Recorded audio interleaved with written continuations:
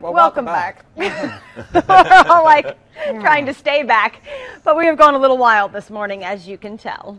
Yeah, the snake is hissing at us. Yeah. Joining us this morning with a special guest, as you can see here at Pine Snake, is Chris Gentile with the WNC Nature Center. Good to have you back with us. Yeah, but probably not that good bringing a snake. Well, you guys are a little apprehensive. Well, because she's hissing a lot. What is this? Well, this is a pine snake, and this is a common snake that we have around here. You don't often see these guys because they do spend a lot of time underground.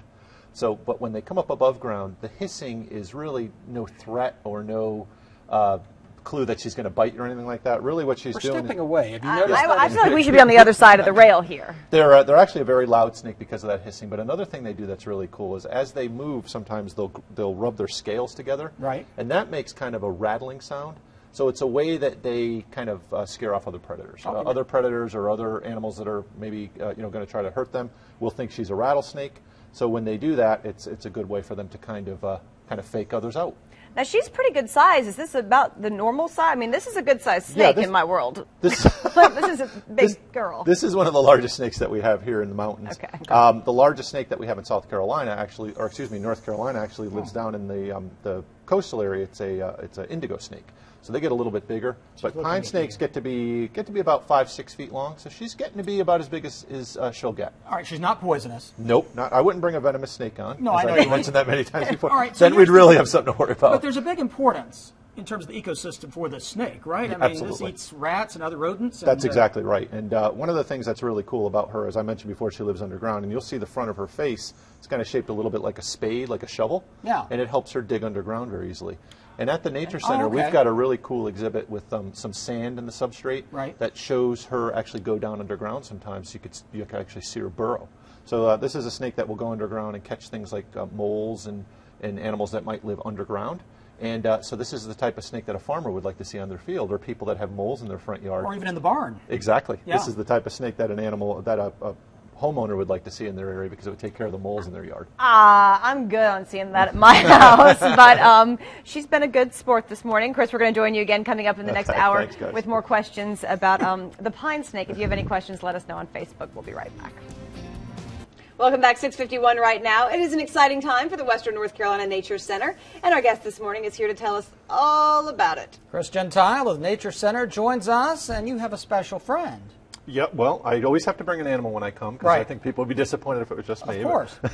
This is a pine snake, and we've put her on exhibit recently. Actually, in the past year, we built a really cool exhibit for her. And as we were talking about in the last segment, she does a lot of digging. This is a snake that really spends a lot of time underground. So in the exhibit that she's in at the Nature Center, we put a lot of sand substrate. So you could actually see her dig underground and actually see what her burrows might look like underground. She's really loud. I don't know if folks can hear that at home. She hisses so loud. Why is that? Well, the pine snake is a snake that has a special kind of a scale covering its nose. So as they kind of breathe in and out, it kind of vibrates a little bit, gives that hissing sound. But another thing that pine snakes do that's really unique is sometimes when they feel threatened, like if a predator or a bird or something is going to get them, a bird of prey, they'll rub their scales together and it makes like a rattling sound. So it's kind of a surprise. Oh, like a rattlesnake. Exactly. So if something's about to attack them and they make that rasping sound of their scales rubbing together, it kind of surprises the animal, and that gives them just enough time to scurry away. And this is a long snake. Can we stretch her out? Yeah, this is one of the biggest snakes that we have here in Western North Carolina. Pine snakes can get to be somewhere in the neighborhood of about 6 feet long. This is a pretty good size snake. Yeah, she's about 4 feet long. Wow. And one of the things about what you'll see her when you see her at the Nature Center is she doesn't mind being stretched out long. A lot of snakes don't like to be stretched out long.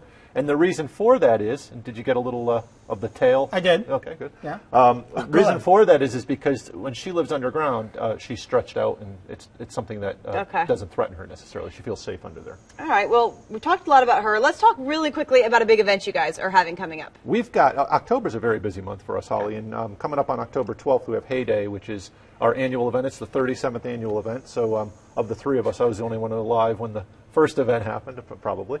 But the Hay Day is a day when we have a lot of vendors come out. We have a lot of singers that come out and do activities and things with us.